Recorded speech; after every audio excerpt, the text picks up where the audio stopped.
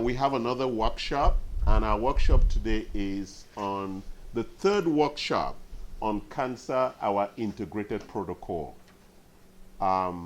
We've been running this now for a couple of weeks. It's a very important topic, and I want to talk about it because we've had a couple of patients come through who have just been diagnosed with cancer, and we think that cancer is still the biggest fear and nightmare among all the chronic illnesses, because it's the only chronic illness where you die very quickly if you don't really take care. So my name is Charles Sine. My name is Charles Sine, and I'm the CEO of Anti-Fragility Health. We have a clinic here, and we also have a clinic in Vietnam. And we run this workshop every Saturday, but I'm going to be taking some time off because I'm traveling tomorrow. But when I come back, I think the next workshop is going to be November 15th. And in that workshop, we're going to announce the topics and send you an email on that. So today, we're going to talk about cancer. But I'm going to take a very different approach today in that I want to take you through the journey. Like I just said, so cancer is a chronic illness. Oops. Where's my hand? Okay. So cancer is a chronic. So I want to find out, what is a chronic illness? What do we mean by a chronic illness? Continuous, been there for a long time, kind of part of your What is the alternative to a chronic? temporary. No, acute. Oh, acute. All right. So it's important that you know these two words. It's going to show up again and again. Acute, hold on, and chronic. Acute, hi guys. Hi Pauline, hi Endang, please. Back.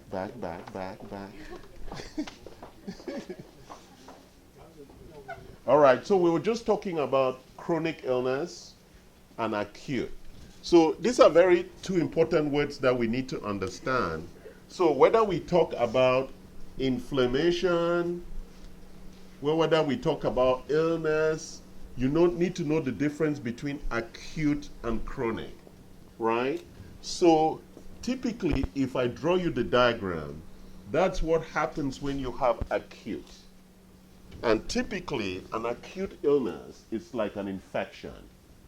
It comes, it multiplies, and it dies when you apply the medication. That's acute. Chronic, it comes and stays, right? Like diabetes. It's a chronic illness, like heart disease, like high blood pressure, like high cholesterol. Those are chronic indications. Is that making sense? Are we clear about that? So when I say cancer is a chronic illness, that's not actually correct. Quick. Because chronic illnesses kill you after a very long time. But cancer kills you very quickly. So the strategy in the industry is to turn cancer into a chronic illness. So all the strategies for the pharmaceutical companies, guys, so we need to always do this before the workshop starts, okay? It's interrupting my flow. All right.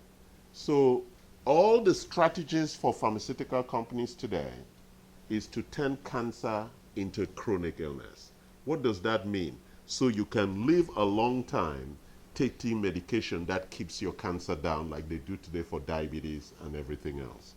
That's the strategy. Our strategy for this clinic is that you can reverse, you can manage, and you can prevent chronic illness. So somebody tell me what is the difference among these three different strategies? So, what? Prevent is something that you already have, but prevent is to avoid.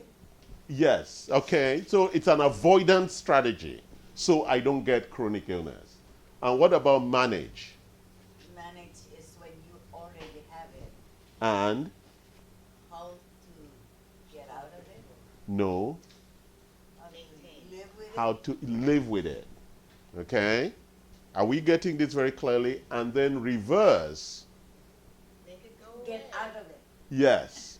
Is that very clear? Okay, who decides which strategy you choose? Yourself. You know, I didn't program so. So why do some people choose different strategies? Victor, why would somebody choose maintain, manage, rather than reverse?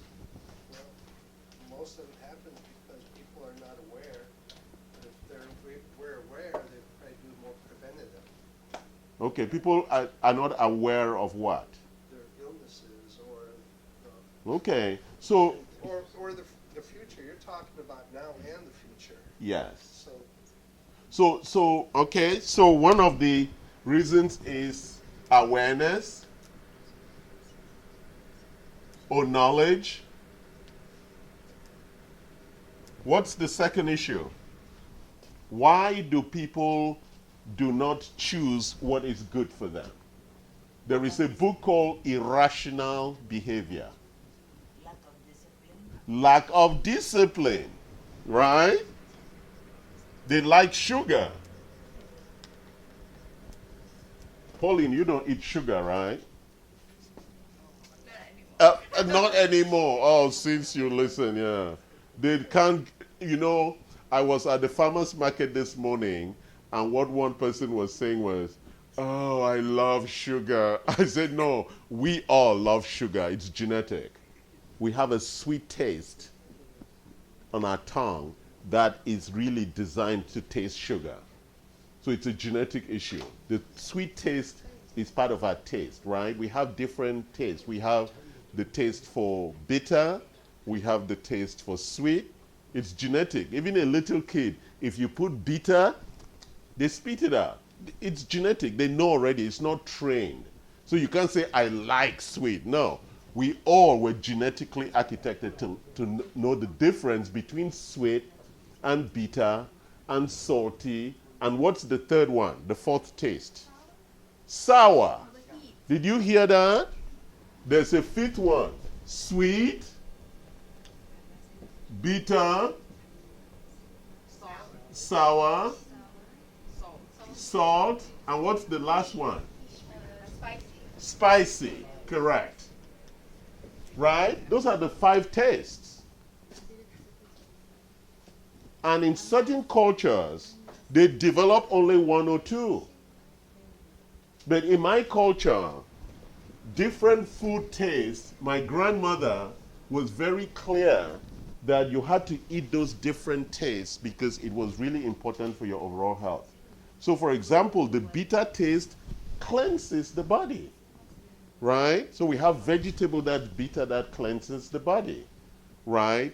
The sweet was always only for children. My grandmother knew that. Only children had what was sweet, right? Not grown-up people buying bonbon, right? Bonbon, we call it in Africa bonbon, the sweet that they give, you know that? In Indonesia, it's the same thing. They give little children bonbon.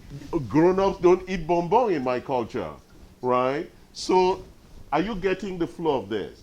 So, the question is, why is cancer called a chronic illness, but it kills you very quickly?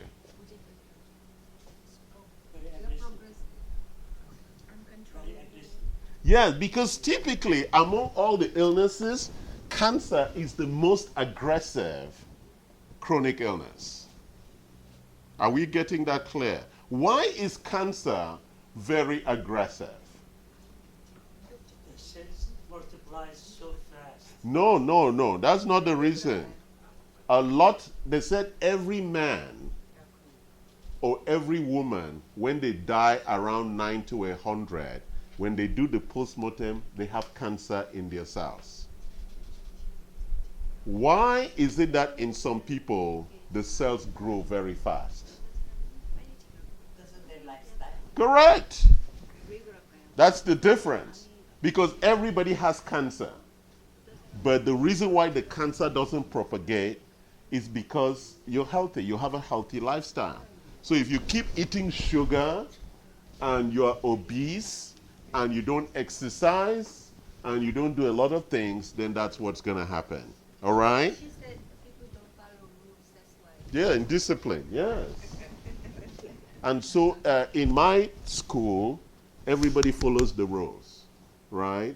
So that's the way it's going to be. So let's look at the pamphlet. We have it in Korean so they can read it. Let's look at the C. C, all right? So let's talk about those imbalances. Were they properly translated? I don't know. So one of the big issues, do you have the pamphlet? No. Yeah, give them the pamphlet. Why you should make sure they have the pamphlet.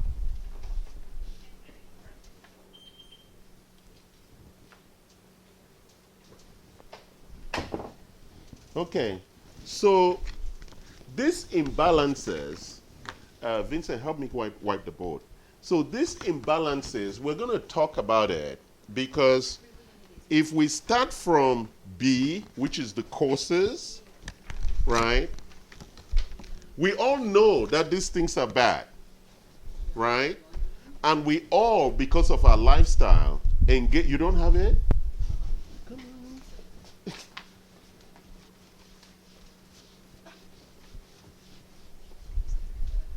Thank you.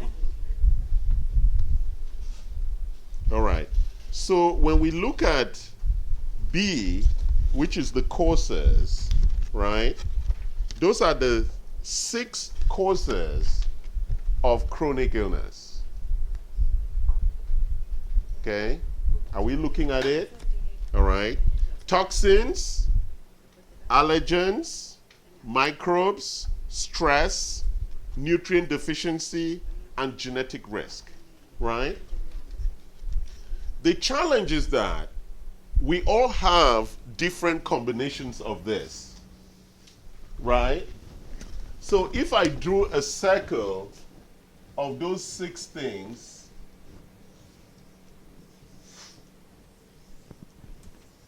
right? 1, 2, 3, 4, 5, 6, right? Some people have just a little of this. Some people have 0 of this. Some people have a large of this. Some people have very large of this. Some people have a little of this, and they have nothing of that. So everybody, they call it, it's like an onion, right? We all have different combinations based on our lifestyle and based on what also? Genetic. Yes, well, no, the genetic is already there. But what else that is not there that could influence how these things affect us? One is lifestyle. There is one other important thing. It is the environment where we are. If you live in a very clean environment, you are affected very differently by these 6 things. Is that making sense? That's why we have what we call the blue zones, right? Like in Japan, they have a blue zone where they live very happy. They have very low incidence of chronic illness. So the lifestyle choice that you make plus the environment that you live in are contributory factors about how much of these things that are going to affect you. Is that making sense? Do you have any? So for example, if you live in my village, you don't have any toxicity because they don't use chemicals, there is no cars, so every day the sky is clean, there is no smog. Just we have dust. Well, no, but dust is not dangerous. We're just allergic to it. right? We're just allergic to dust, right? Dust is not bad. We're just allergic to dust, okay? And so if you lived in my village, the only thing that you're going to have a problem with is infections, right? Because the toilet is not cleaned properly. We drink water from the river. So we have and what is the second thing we have? Mosquito bites, right? We have mostly infections. People don't die from toxins. And people don't die from stress. Why? Because mostly they go to bed at 8 p.m. and they wake up at 5 a.m. and they sleep very well, they eat healthy, right? But once you come to the city, all these things become a big problem. City. It's the city. And why did we all run to the city? No. No. No. No. No, the city was the place where we could be anonymous. Yes. Nobody knew our family name. Nobody knew that we were born poor. You could go into the city and you could be anybody you wanted to be. In the village, they already knew that your father was a butcher and you were a poor boy and you cannot marry my daughter. In the city, you could become a baker and you could become rich and you could marry anybody you want and wear the suit and you look very good. In the village, they said, no, your father was not a good man. So we all escaped the village to the city. You sound like you actually live in the countryside. I did live in the village. Yeah, that's why we all escape. You go to Korea, everybody's escaping to the city. Because in the village, everybody know everybody. In the city, nobody know anybody. So you can be anonymous and you can hide your past. I think also for the education, higher education. That's the excuse, yeah. If you really educate, then you should go back to your village. But like he said, you know what education and the city does? All these new opportunities, freedom.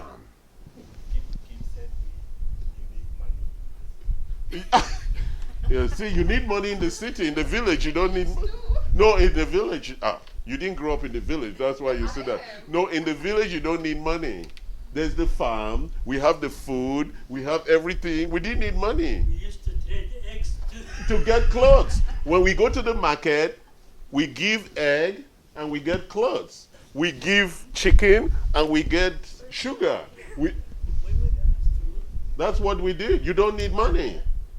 That's how my grandparents were. When my parents gave my grandparents money, they just keep it. They didn't use it. They don't know what to do with it. This maybe 19th century. No, you mean I was born in the 19th century? No. Okay. So I wanted to give you that context. So now let's talk about it. So all these things now that we have in the city, we've talked about the 6 things, but then we've also talked about the lifestyle choices that we make, and we've talked about the environment. It now creates all these imbalances. These 7 imbalances are very important because the way it shows up in our lives is very different.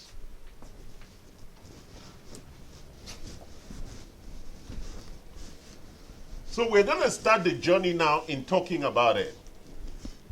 So when you go, okay, let's pay attention. We're going to look at that. So if you went to the doctor and they said, and typically, how does the journey to finding out that you have cancer begin? Pain. Thank you.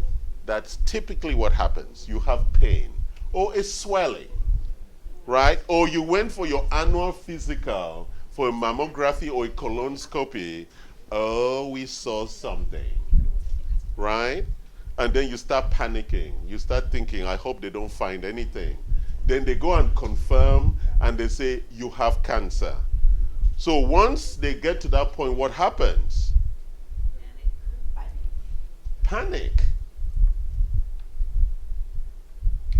What we are saying is that when you hear that, you should come to us. because there are 4 things. We'll take you through a process that we call discovery,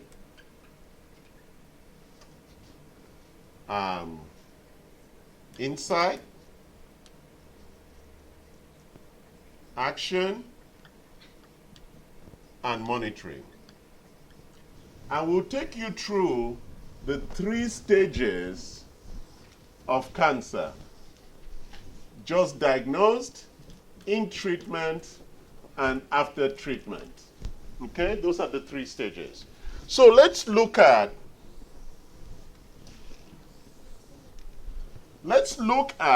the issues of discovery.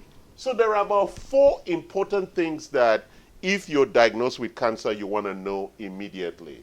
Number 1, what kind of cancer? Number 1, what kind of cancer? And today, cancer is not about breast cancer or prostate cancer or colorectal cancer. Cancer is about the kind of mutation. Bring me the foundation 1 boxes. It's about the kind of mutation. That's the new way in which cancer is being discussed. Quickly. Right? That's the new way in which cancer is being discussed. So I'm going to show you the box tests that have been approved by the FDA for you to ensure that you find what kind of mutation you have. So this is a test that tests the biopsy to find out what kind of mutation is in the cancer. Why do we need to know what kind of mutation? So you know better treatment. You know how to attack it. Yes, so there are 3 reasons why we want to know what kind of mutation. Bring me a pen. There are 3 reasons why we want to know what kind of mutation. Number 1 is that we want to look at all the approved drugs, what we call first-line therapy. All the approved immunotherapies that target that specific kind of mutation. That's the first thing you want to know. And typically, each cancer has what we call a tumor mutation burden. Each cancer would have about some 10, some 100 mutations. But typically, there is a most of the mutation may be of one type, say 50%. So that means that if we apply that approved drug, it's going to kill 50% of that cancer. Is this making sense? It's very important you understand this issue. That's why this test is very important. Okay? Number 2, it also would show you what is the combination therapy. The combination therapy to solve this complexity.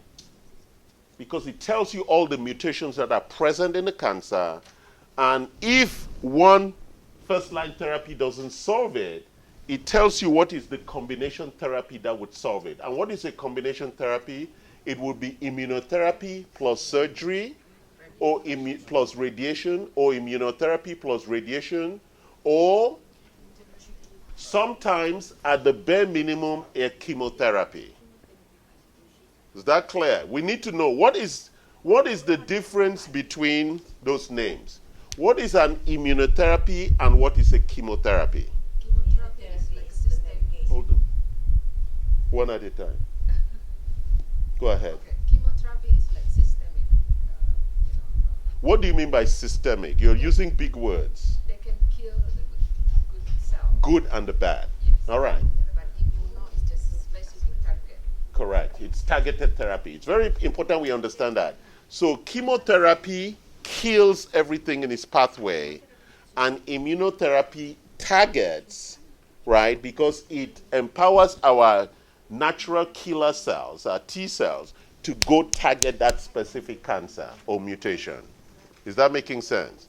Number 3, what this test also does is that if you don't have that and we don't have that, we can get you involved in a clinical trial.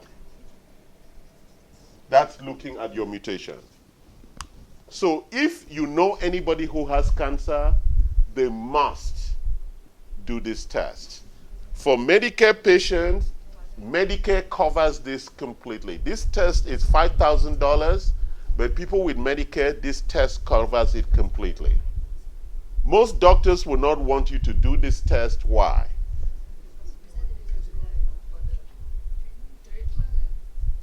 They don't get benefit from the companies.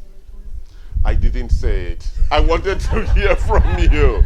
When the pharmaceutical companies come and say, who said that? We will call your name and put you on the firing line, okay? All right. That test till you're sick. Yeah, well, no, this test is only when you have cancer already. Okay, we're going to talk about the other ones, right? Okay. You have to be diagnosed and you must have had a biopsy for you to do this test. But we're going to talk about other tests, okay? Don't panic. Jad, are you okay? Can you settle down, Diana? Can you settle down quickly? Okay. Any question? Jad, you had question? All right. What else do we want to do after you do that test? We want to do all the other tests that we do that most of you have done. We want to do your blood times 2.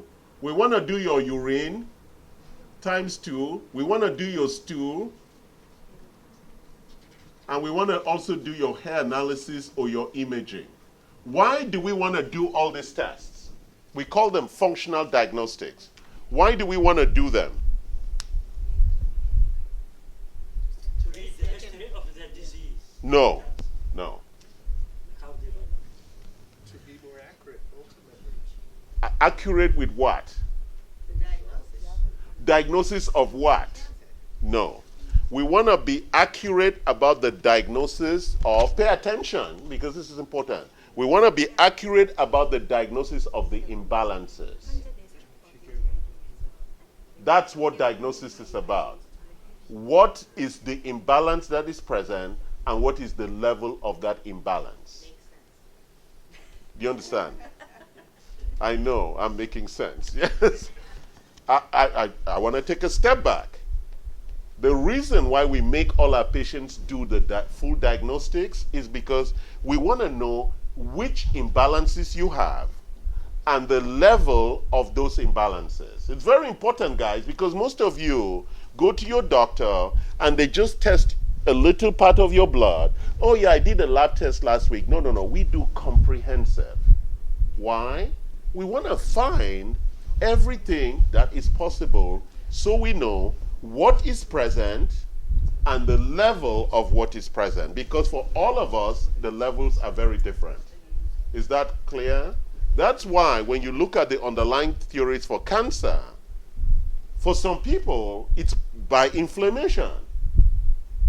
It's the highest imbalance. For some people, it is toxicity, right? They live in an area where they eat things that are contaminated. For some people, it is genetic. We need to find out what it is for you so that we can be more precise with the intervention. Is that clear? Right? And so, now we provide you insight. We say inflammation, genetic risk, that, and then we can now give you a prescription. What are the 3 fundamental things that you want to prepare for a cancer journey? If you're going to get cancer treatment, what are the 3 things that you want to prepare? Well, Changes in lifestyle? no, no. Look, so let's look. It's in here. Oh, it's down here. All right. Let's look at cancer just diagnosed. Prepare, strengthen, and fortify. So what do we want to prepare?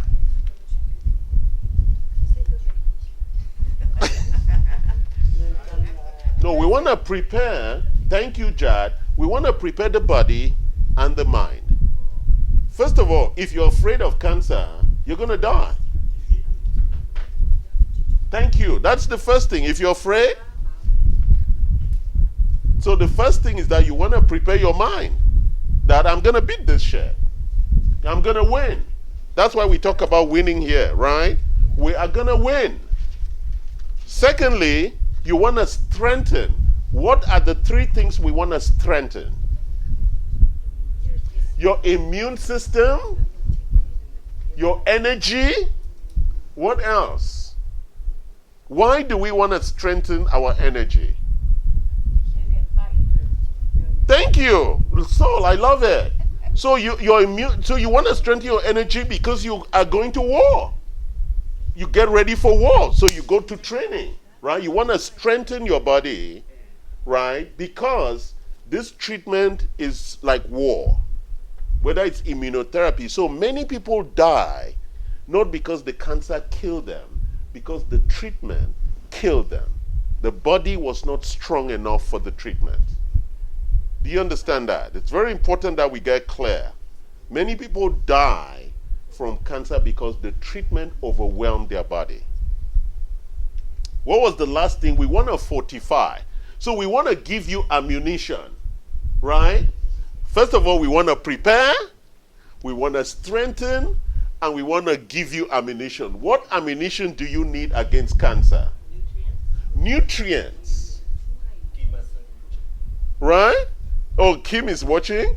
Okay. We want to give you nutrients. What kind of nutrients? Don't say sugar is not a nutrient. Okay, I want to ask, why is sugar not a nutrient?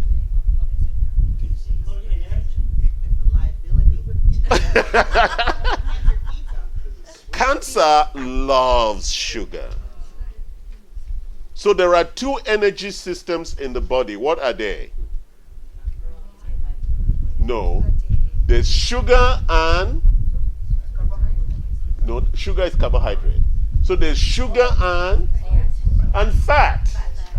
So there are 2 engine systems in the body. You know, our body is a hybrid engine. It takes both sugar, carbohydrates and fat. Why does the body prefer the carbohydrate engine to make energy? Yes, faster release.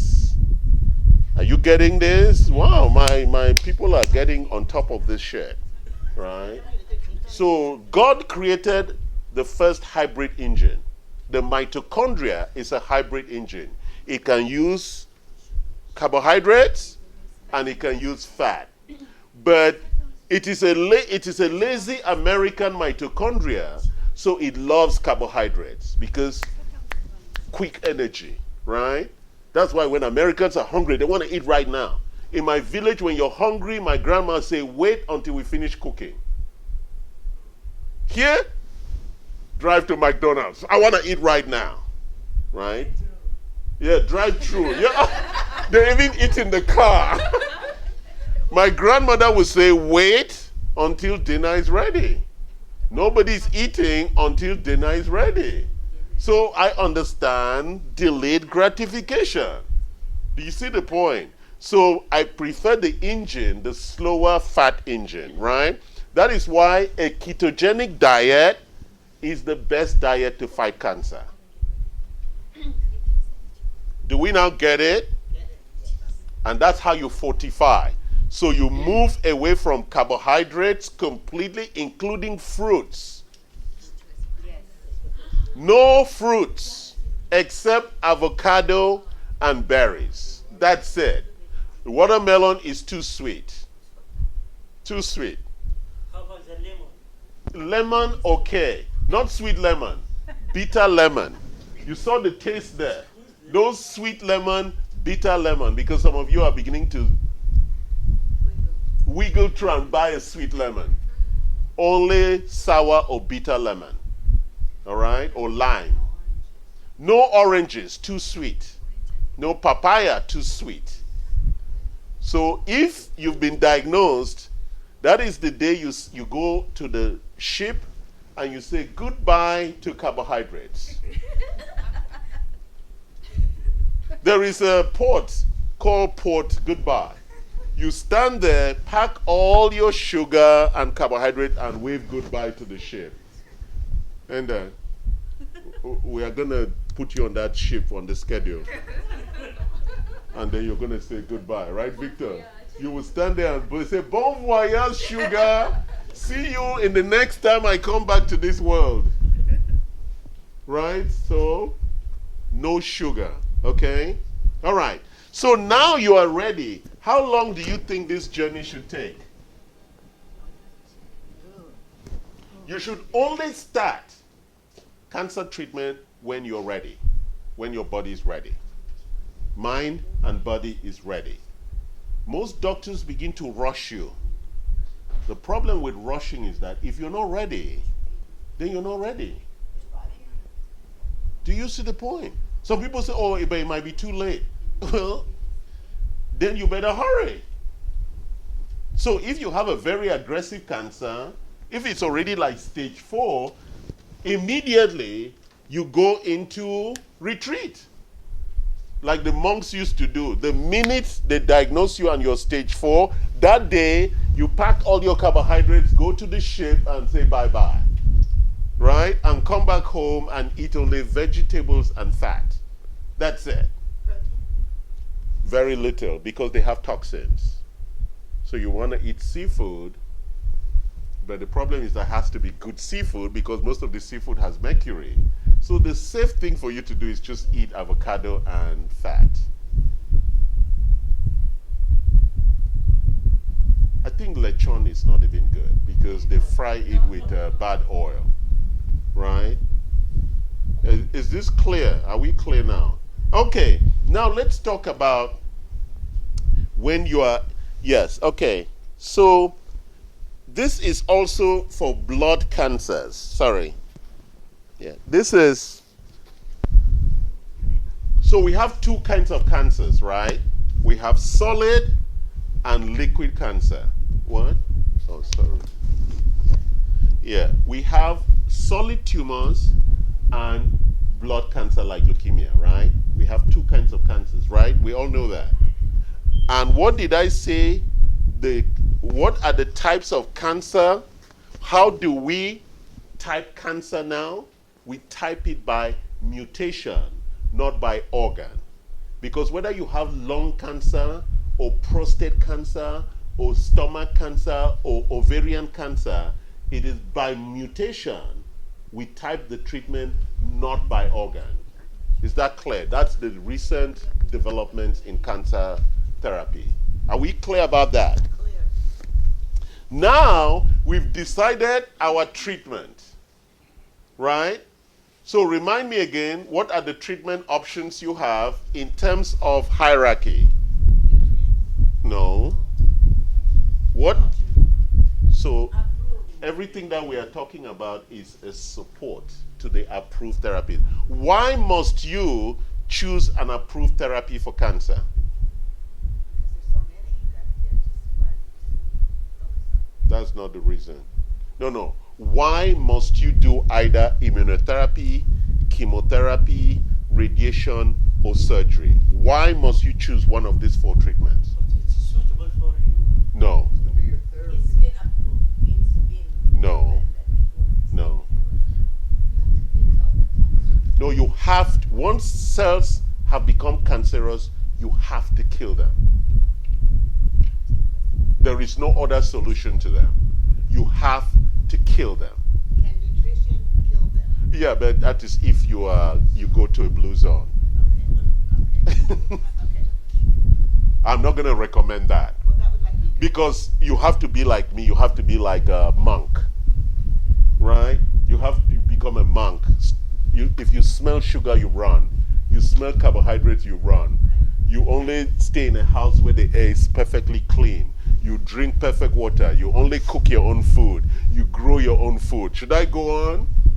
If that's what you're going to do, and you sleep 8 hours, you drink enough water, you exercise, you have no stress, and then it's like, what? Create some of that environment in your No, you can. I'm not saying you cannot, but I'm not recommending it because very few of us in the city can do it.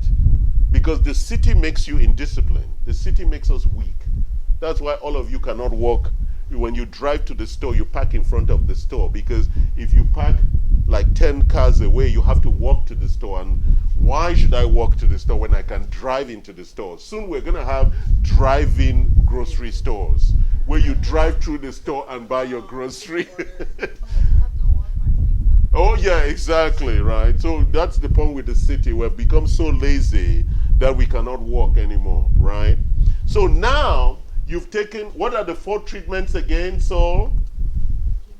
Chemotherapy, immunotherapy. Why are you starting with, in the right order? Okay, immunotherapy. Why is immunotherapy first? Because it targets. No, that's not the only reason. What is the only other reason why immunotherapy is? Yes, it's precise, but there's another reason why. It is harvesting your own immune system to fight the cancer. Okay? It's very important that we know these things, right? So the number 2 is what? Immunotherapy is number 1. What is number 2? Chemo. No. Radiation or surgery, number 2. Chemo should always be a last option. Why should chemo be the last option? Because it gives everything. Yes, it's very destructive to the body. And if your body is not ready, it can be really, really destructive. Okay?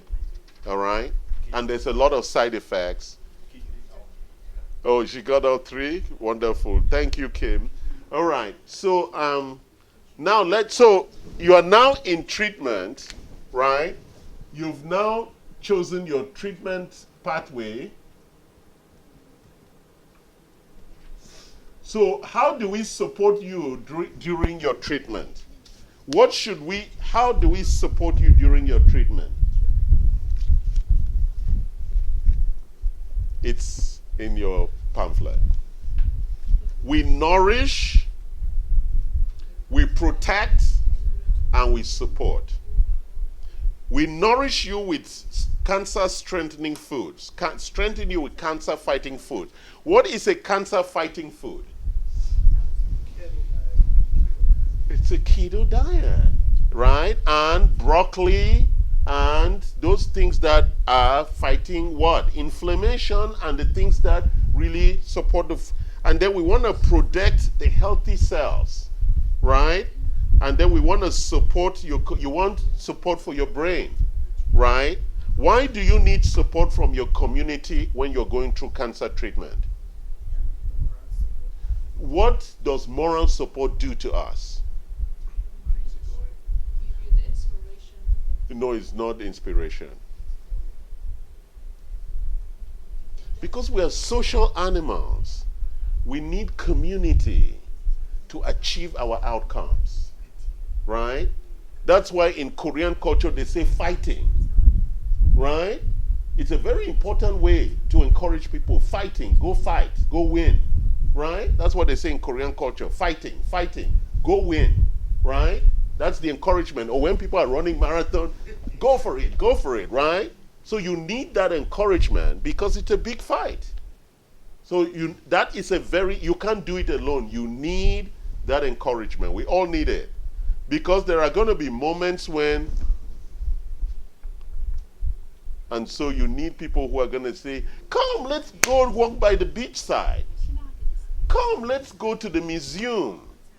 Right? Things that are going to uplift you out of your depression, right? Because people who are undergoing cancer treatment get depressed because it's lonely, it's sad, you're smelling of radiation, you're worried all the time. Am I going to die? Every morning you wake up, oh, I'm still alive. Oh, I'm still alive. Anyway, I do that every morning when I wake up. Oh, I'm still alive. What a good thing. I'm still alive. God must have wanted me to go do something today, accomplish something, right? So I'm lucky I woke up today. I don't assume I'm going to wake up. Who assumes here that they're going to wake up? Victor, you know you're going to wake up tomorrow morning when you go to bed? Really? I don't. I'm like, this might be it. Actually, I do the same thing when I'm flying. when the plane is taking off, I'm like, shh, this could be it. I'm ready. Let's go. Let's go. Right? And people are like, why are you afraid? We're already here. If we're going to die, we're going to die. Let's go. Right? That every time the plane is taking, sometimes I fall asleep. I don't even care. It's like I go to sleep. And then the waiter will wake me. Are you going to have your meal now? And I'm like, okay, why not? Oh, we're already at 37,000 feet, right? Because I slept as the thing was on the runway. I'm like, okay, we're taking off now. Buckle your seat. I fall asleep. Are you ready for your meal? Oh, we made it. Sometimes I open my eyes. Are we in heaven? This looks like heaven. This looks like heaven. Why are these people here? They're not supposed to be in heaven, right, Victor? It means I'm still here. So, depending. Okay? All right. So, you are now in treatment, and that is the real challenging times, right? And it's very important that, because we have a friend, somebody who works with us, who's been in treatment now for 2 years with brain cancer. Very debilitating, right? And one of the reasons why he's still alive was because he was a very strong guy before he got diagnosed. If not, he would have died. I mean, he's just survived beyond. And you know that the percentage of survival for glioblastoma is about 5% in 5 years. 5%. That's one of the worst cancers, right? The glioblastoma. That's the brain, because it spreads inside the brain tissue like amoeba. Right, it's just like worm inside the tissue, right? Very challenging cancer. Okay, so how long do you think treatments typically last? About a year, right? About a year to get to that place where they say you are cancer free. Takes about a year or a year and a half. No, I mean the day that you go after your treatment and the doctors say, we think you're cancer free.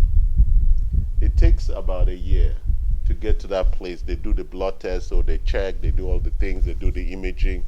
We don't see any cancer.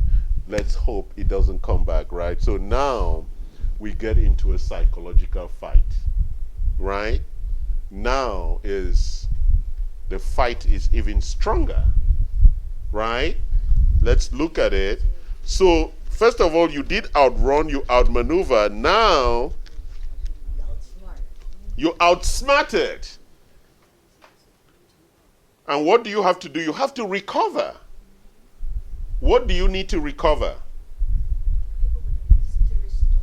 Basically, everything you did to get clear of cancer, Yes. you have to do. Yes, you have to recover in that you have to rebuild. Two important things that I have told you about. Let's look at the words, right? I called it before physiological resilience. What's physiological resilience? Your body's able to get right back at it. Yes, your body, poof, right? You respond. Number two, what's metabolic reserve?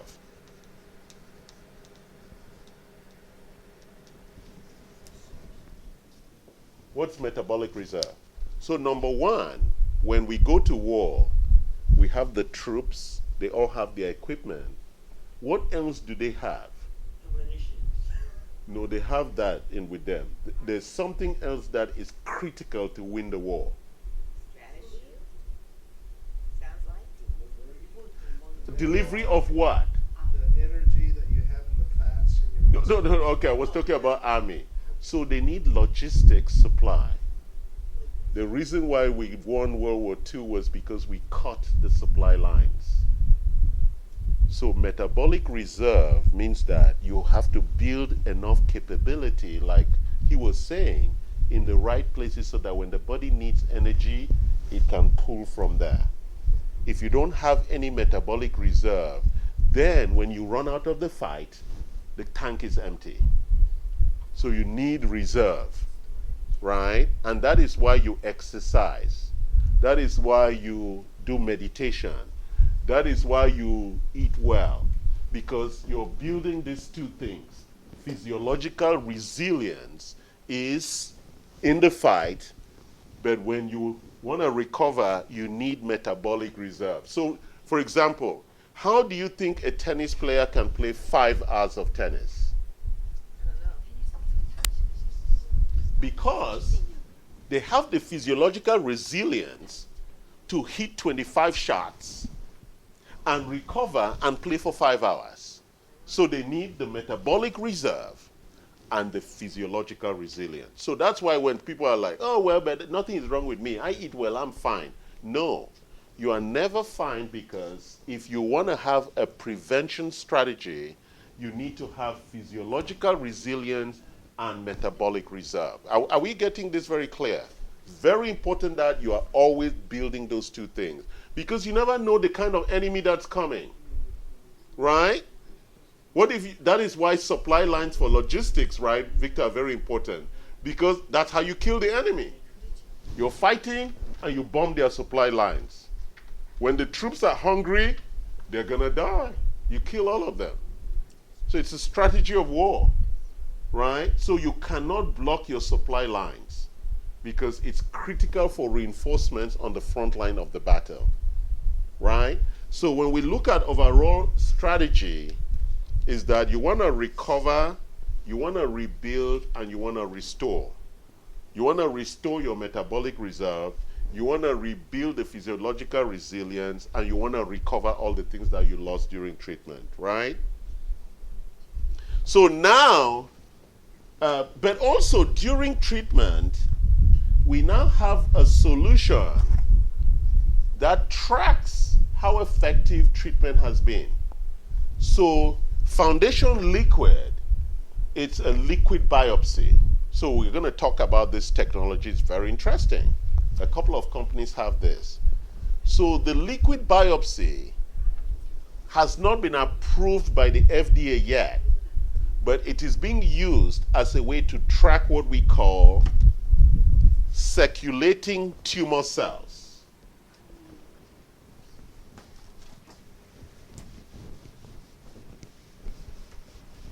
So let's look at our friend cancer. Very smart guy. So say when cancer invades an organ, and cancer is in there, right? It begins to shed, those cancer cells begin to shed what we call cancer DNA into the bloodstream. And some of them are stem cells. And why are they shedding it? Because that's just how life happens. Dead cells die and they're being shed for excretion. Are the stem cells dead? Sorry? Are the stem cells dead? Do they die? Or? Well, they are being shed because hopefully they should die. But because they're cancer stem cells, they don't die. These are cancers. Okay, okay. The question you're asking is a very interesting question. So let's take a step back and look at the cell death process. Right? Everybody with me? So a cell is born, the cell grows old, and then the cell is supposed to die. The death process is a two-way process. Some go through what we call senescence and die. Some stubborn cells that already have issues refuse to die and they become cancer. They become cancerous cells. Do you get that? It is part of the dying process that cells, rather than die, they go crazy. And these crazy cells now begin to shed what we call cancer DNA, or what we call circulating tumor cells, right? Circulating tumor cells, right? CT. These cells are in your bloodstream.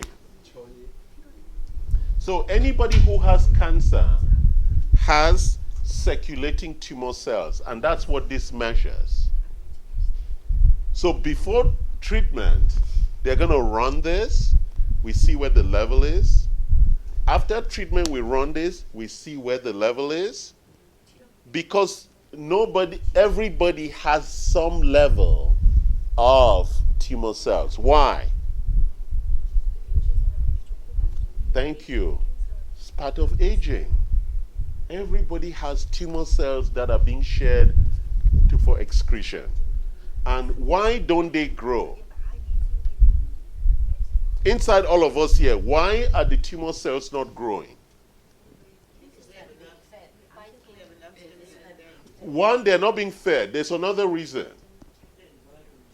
No. Your immune system is supporting it. Yeah, no. Your immune system is fighting it. And it's very interesting when you see the video. The macrophages that the T cells release, they come and engulf them and die together. How do you get more of those T things? Eat my supplements. So I'm going to show you, bring me the Ave Nutra. Bring me the Ave Nutria. I want to show you this, the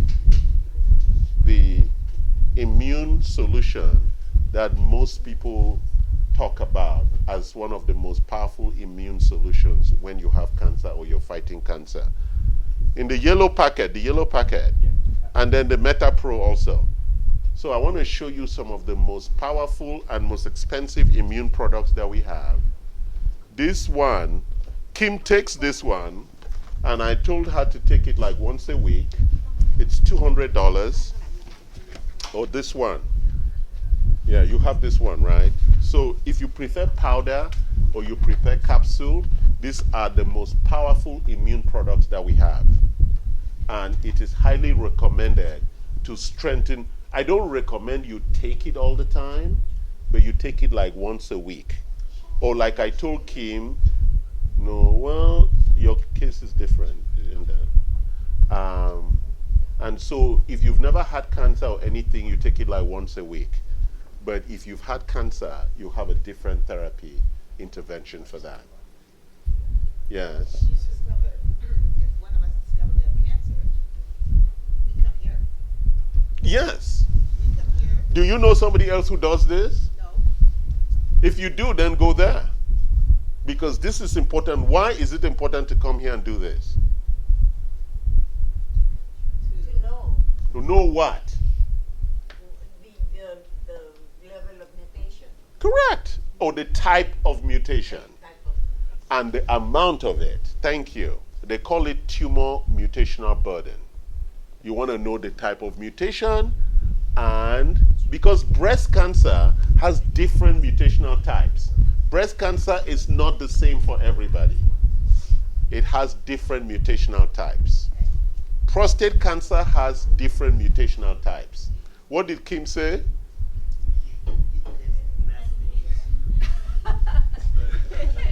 All right, Kim is complaining about this, that it is nasty. I know, it's very nasty, but it's good for you. Well, I don't know. She doesn't like mixing things, but it depends how you want to mix it. Everybody has their own style. But this is a very important, so we were talking about the tumor mutational burden. It's a very, very important measure. There are some other measures called microsatellite things, but I don't want to go into that. Those are the tentacles outside the cell that are typically made of sugar, right? It is like a landing pad for the immune system. It comes and it senses the cell, and those cancer cells mimic normal cells, so sometimes your tumor cells cannot find out which one is cancerous. And so when we give you immunotherapy, we mark it for that particular mutation, so when it comes, it knows that that's the cell, and then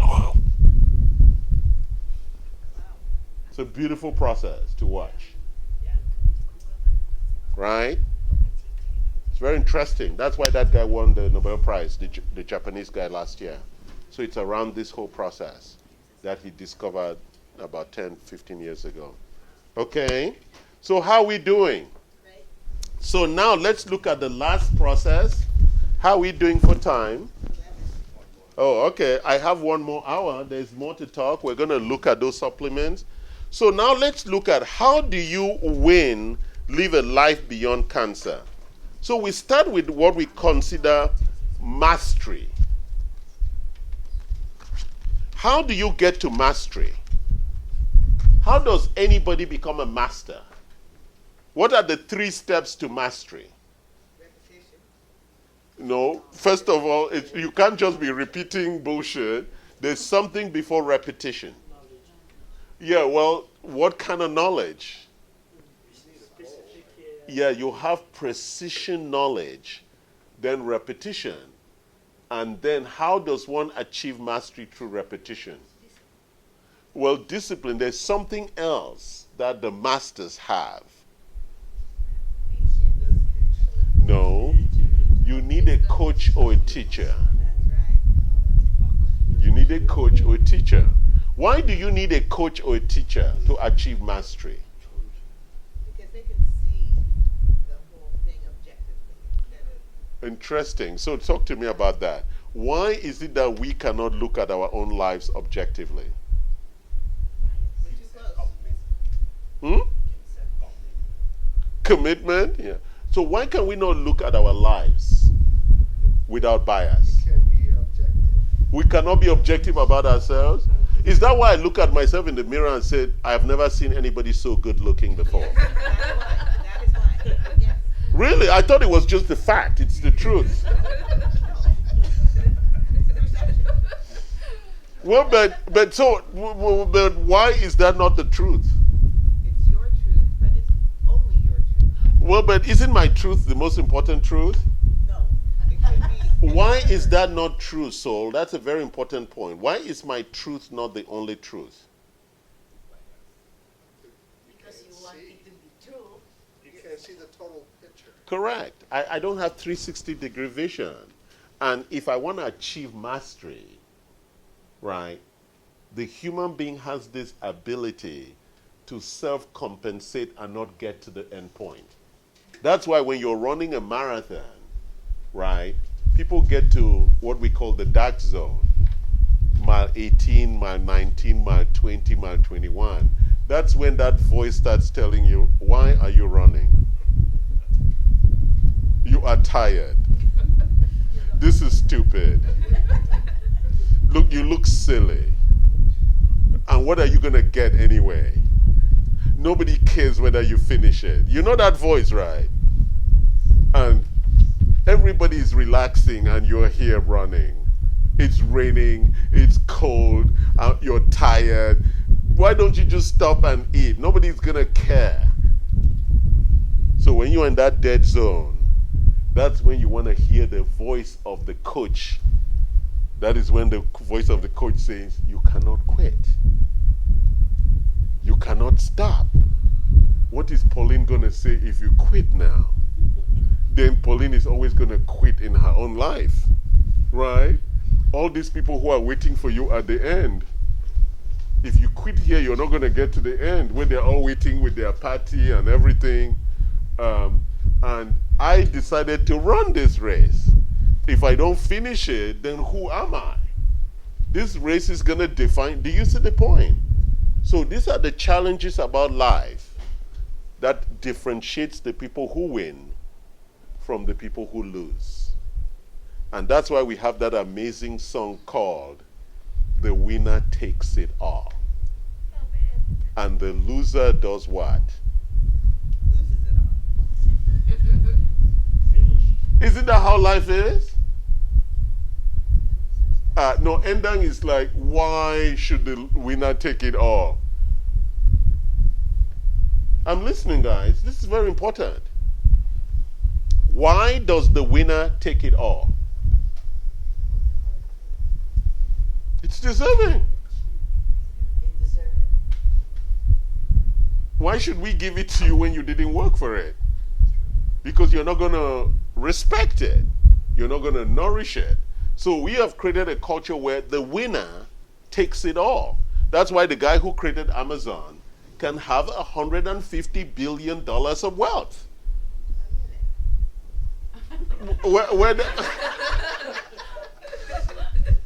The winner takes it all. Right? It's a very interesting song, right? From ABBA. And the loser does what? You need to listen to that song. Standing small. My mother used to play that song all the time. And I used to say, that is not fair. And my grandfather would say, life is not fair. Deal with it. Right? The winner takes it all. And so this is the same thing with health. Right? If you choose not to do what it takes to survive and to thrive, right? Which are the things that we are talking about here? To have vitality. Because a lot of people just want to be healthy, but they don't have vitality. So let's talk about vitality as I come to the end of my talk today.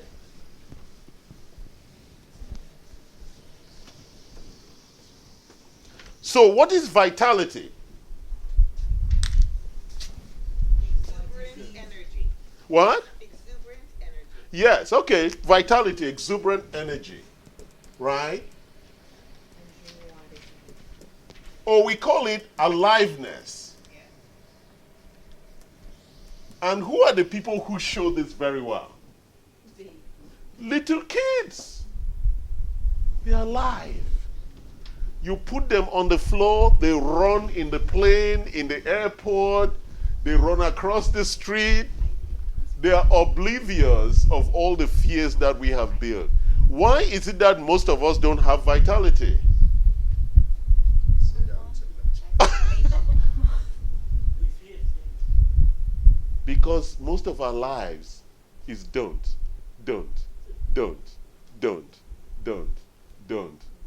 So every time you say don't, right, this is the child. Every time you say don't,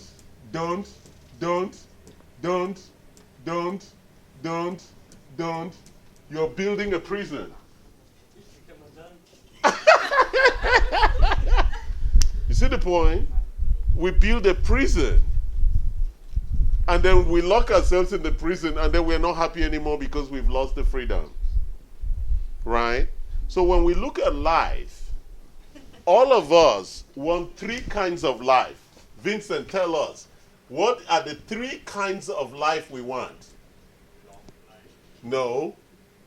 A happy life. Happy. Happy, healthy. A meaningful life.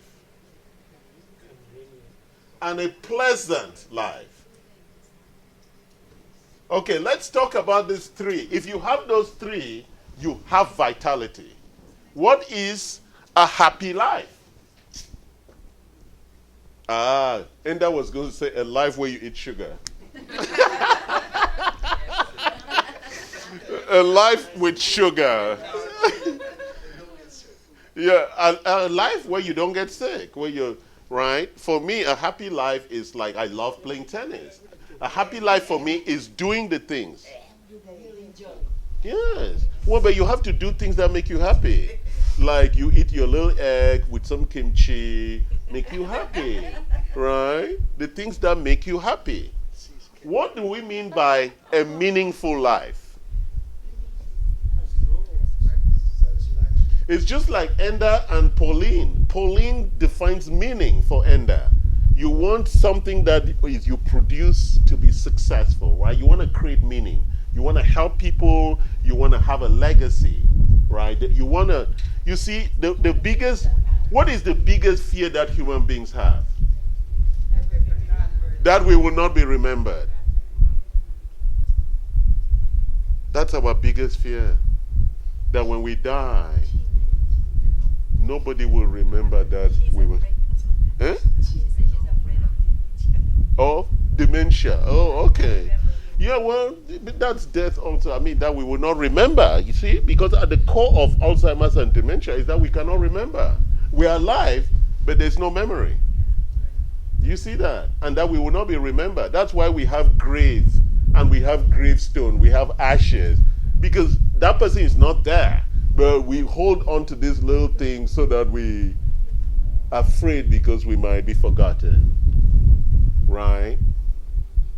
So meaning becomes a very important aspect of our lives. What's the last one? We want a pleasant life. That's why we buy Mercedes. That's why we wear Louis Vuitton. They open a new factory now. That's why we have great glasses.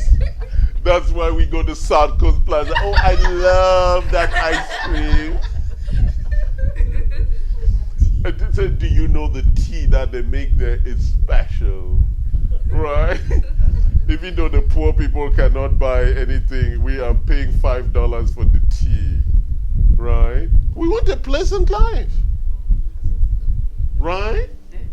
And when you have these three things, you have vitality. Do you understand? Think about children. They have a pleasant life. Somebody changes their nappy, somebody feeds them, and somebody puts them to bed. They go, ah! Right? They have a pleasant life. Their life is meaningful. Everybody loves them. Oh, little baby. Everybody loves them, right? They know they are important, right? And they're happy. They're always playing with little things all the time. Do you see that? So the key to our lives is not just to survive, but it's to have vitality. If not, what's the point? You see that? So we don't just think that health is being healthy.